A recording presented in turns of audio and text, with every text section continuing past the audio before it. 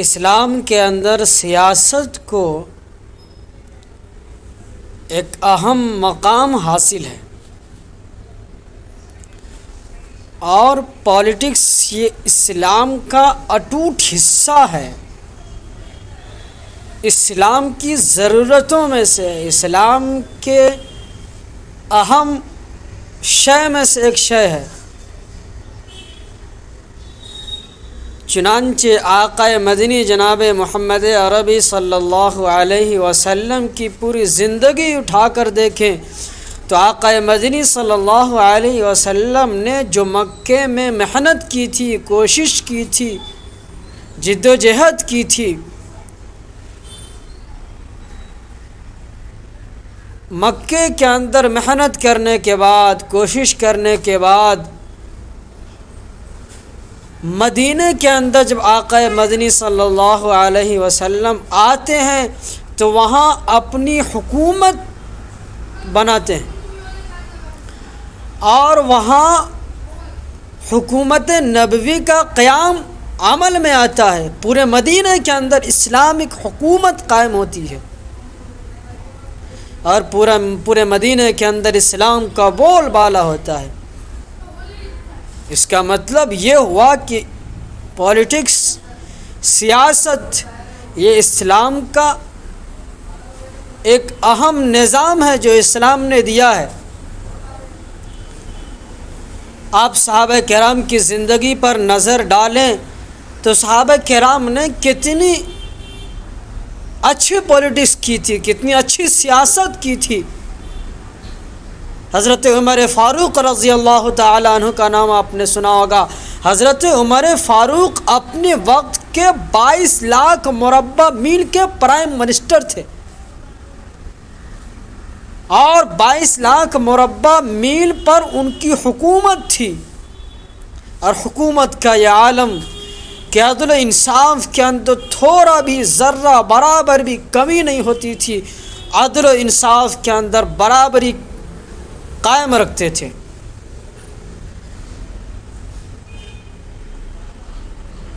حضرت عمر فاروق رضی اللہ تعالی عنہ ایک ملک، ایک صوبے کی گورنری کے لیے حضرت سعید ابن عامر رضی اللہ تعالی عنہ کو بھیجتے ہیں۔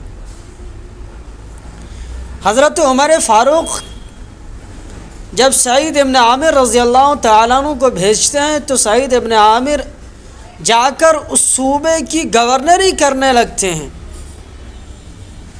اس وقت کے پرائم منسٹر کا طریقہ یہ ہوتا تھا کہ وہ کچھ دنوں کے بعد، کچھ مہینوں کے بعد، سالوں کے بعد اس صوبے کے اندر جا کر پبلک سے پوچھتے تھے کہ تمہارے ساتھ اس ملک کے، اس صوبے کے گورنر کا کیا حال ہے، کیا رویہ ہے، کیا برتاؤ ہے، کیا سلوک ہے تمہارے ساتھ۔ غور کرو دوستو، جب حضرت عمر فاروق رضی اللہ تعالیٰ عنہ پہنچتے ہیں اس صوبے کے اندر، پہنچنے کے بعد پوری پبلک، پوری عوام مسجد میں آ جاتی ہے، اور آنے کے بعد حضرت عمر فاروق رضی اللہ تعالیٰ عنہ پوچھتے ہیں پوری پبلک سے کہ اے پبلک، تمہارے ساتھ رویہ کیا ہے تیرے گورنر کا؟ قربان جاؤ، وہ پبلک کہتی ہے کہ مجھے گورنر سے 4 شکایت ہے۔ اللہ اکبر! یہ عالم تھا کہ گورنر کے سامنے، ملک کے پرائم منسٹر کے سامنے پبلک کو یہ حق حاصل تھا کہ اپنے گورنر کے تعلق سے وہ شکایت درج کر سکے۔ بہرحال پبلک کہتی ہے کہ ہمیں اپنے ملک کے گورنر سے، ہمیں اپنے صوبے کے گورنر سے 4 شکایت ہے۔ پوچھتے ہیں آخر کیا ہے؟ تو پبلک کہتی ہے کہ میرے گورنر کا حال یہ ہے کہ جب آپ نے بھیجا تھا اس صوبے کے لیے، اس وقت سعید ابن عامر رضی اللہ تعالیٰ عنہ فجر کی نماز کے وقت آ جایا کرتے تھے، اور فجر کی نماز سے لے کر ڈیوٹی کیا کرتے تھے شام تک، لیکن ابھی کا حال یہ ہے کہ سعید بن عامر رضی اللہ تعالی عنہ فجر کے وقت نہیں آتے، اشراق کے وقت آتے ہیں، اور اشراق کے وقت آتے ہیں اس کے بعد اپنی ڈیوٹی شروع کرتے ہیں۔ قربان جاؤ دوستو، حضرت سعید بن عامر رضی اللہ تعالیٰ عنہ حضرت عمر فاروق رضی اللہ تعالیٰ عنہ سے کہتے ہیں کہ اے عمر، آپ اگر نہیں ہوتے تو میں یہ نہیں بتاتا، آپ پوچھ رہے تو میں بتا رہا ہوں۔ سعید بن عامر رضی اللہ تعالیٰ عنہ کہتے ہیں کہ پرائم منسٹر صاحب، میری وائف، میری بیوی کی طبیعت خراب ہو گئی ہے، وہ پاؤں سے معذور ہو چکی ہے۔ میری بیوی نے میری 40-50 سال تک خدمت کی، مجھے کھانا پکایا، مجھے ہر طرح سے خدمت کی میری، لیکن اب وہ معذور ہو چکی ہے، چنانچہ مجھے اپنی بیوی کی خدمت کے لیے وقت لگتا ہے۔ میں صبح اٹھتا ہوں، جھاڑو پوچھا کرتا ہوں، اس کے بعد پھر ناشتہ بناتا ہوں، کھانا بناتا ہوں، پھر اپنی بیوی کو کھلاتا ہوں، کھلانے کے بعد میں آتا ہوں۔ اللہ اکبر۔ حضرت عمر فاروق رضی اللہ تعالیٰ عنہ جب سنتے ہیں تو سوچتے ہیں اللہ اکبر، کتنی بڑی بات ہے، وہ رونے لگتے ہیں۔ اس کے بعد پھر پبلک سے پوچھتے ہیں دوسری شکایت تمہاری کیا ہے؟ تو پبلک کہتی ہے اے عمر، دوسری شکایت یہ ہے کہ سعید بن عامر رضی اللہ تعالیٰ عنہ ہفتے میں ایک دن ناغہ کرتے ہیں۔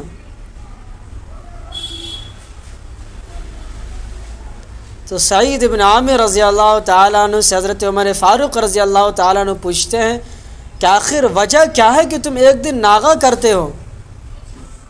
تو سعید بن عامر رضی اللہ تعالیٰ عنہ پھر کہتے ہیں کہ میں غریب ہوں، میرے پاس اتنے پیسے نہیں ہیں کہ میں نوکر رکھ سکتا کہ میرے گھر کے لیے کھانا بنا سکے، میری بیوی کی خدمت کر سکے، یا میرے پاس مال نہیں ہے اتنا۔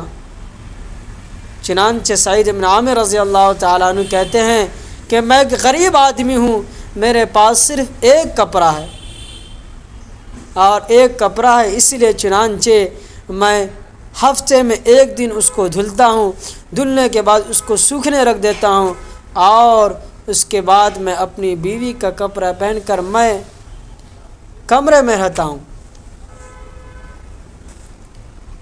اللہ، پبلک جب یہ سنی تو پبلک کے لوگوں کے، عوام کے آنکھوں سے آنسو گرنے لگے۔ پھر تیسری بات پھر پوچھا حضرت عمر فاروق رضی اللہ تعالیٰ عنہ نے کہ اے لوگوں، آخر تیسری شکایت کیا ہے تمہاری؟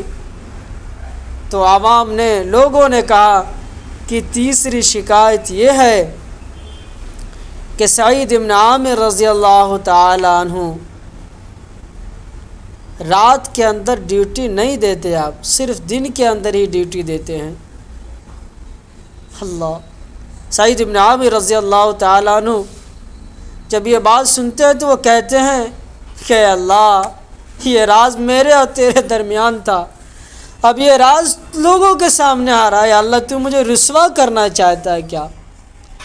بہرحال سعید بن عامر رضی اللہ تعالیٰ عنہ کہتے ہیں کہ اے عمر، دن کو میں نے خالص مخلوق کی خدمت کے لیے طے کر رکھا ہے، اور رات کو بولتے ہیں، آگے فرماتے ہیں، داڑھی کو اپنے پکڑتے ہیں، اور پکڑنے کے بعد کہتے ہیں کہ دیکھو میرے داڑھی کے بال سفید ہو چکے ہیں، میرے پھل پک چکے ہیں، اب اس کے گرنے کا وقت ہے، کسی بھی وقت گر سکتا ہے، بلاوا آ سکتا ہے، اس لیے میں نے دن کو مخلوق کی خدمت کے لیے خالص کر دیا ہے، اور رات کو ایک اللہ تعالیٰ کے لیے خالص کر دیا ہے، اور رات کو مصلی کے اوپر گزارتا ہوں۔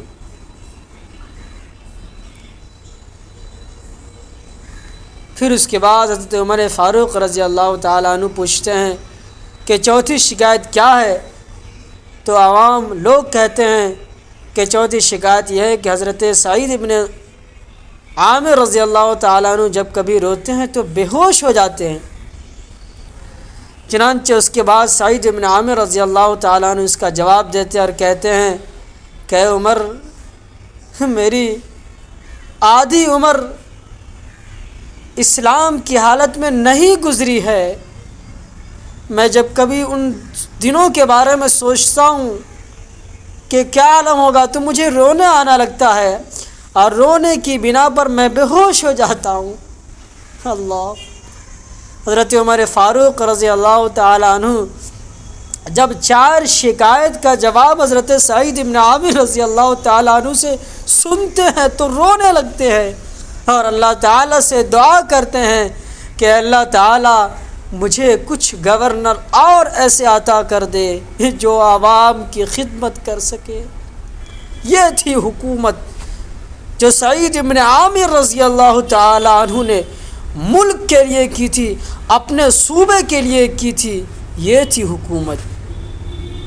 اگر تمہیں حکومت چلانا ہے تو سعید ابن عامر رضی اللہ تعالیٰ عنہ کے طریقے پر چلنا ہوگا۔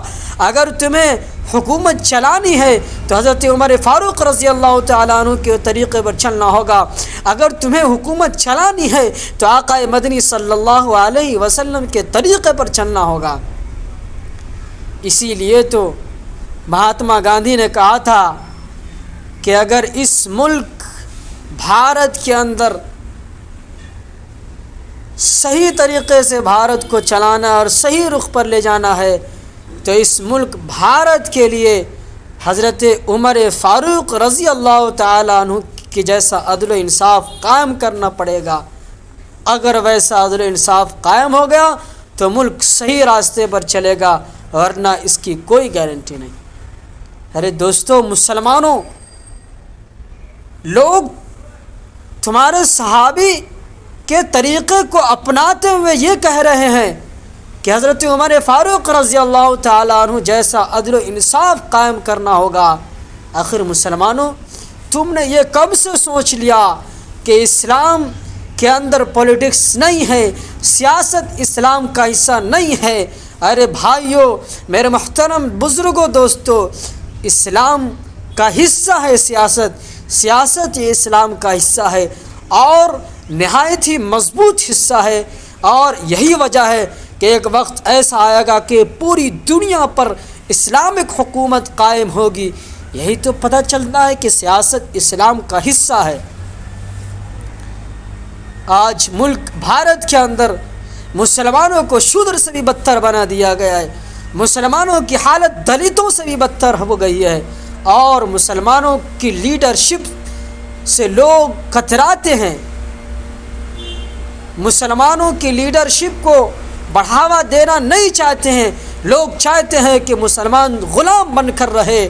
وہی غلطی جو ملک کی آزادی کے وقت ہوئی تھی وہی پھر دہرانا چاہتے ہیں، اور چاہتے ہیں کہ مسلمان اس ملک کے اندر شودر سے بدتر بن کے رہے اور اس ملک کے اندر غلام بن کر رہے۔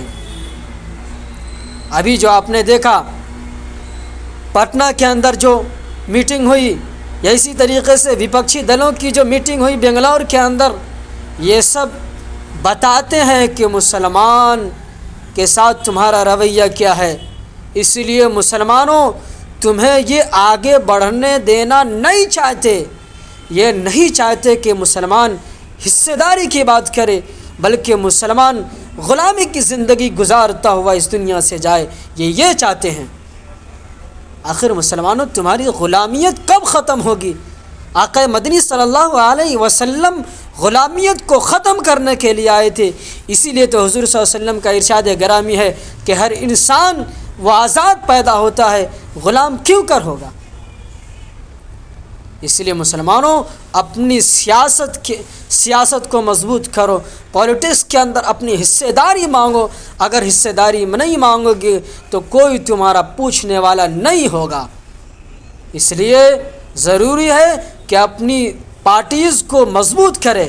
آپ نے دیکھا ہوگا کہ ابھی جو بنگلور کی میٹنگ ہوئی، بنگلور کی میٹنگ کے اندر نہ بیرسٹر اسد الدین اویسی کو مدعو کیا گیا اور نہ مولانا بدر الدین اجمل کی پارٹی کو مدعو کیا گیا۔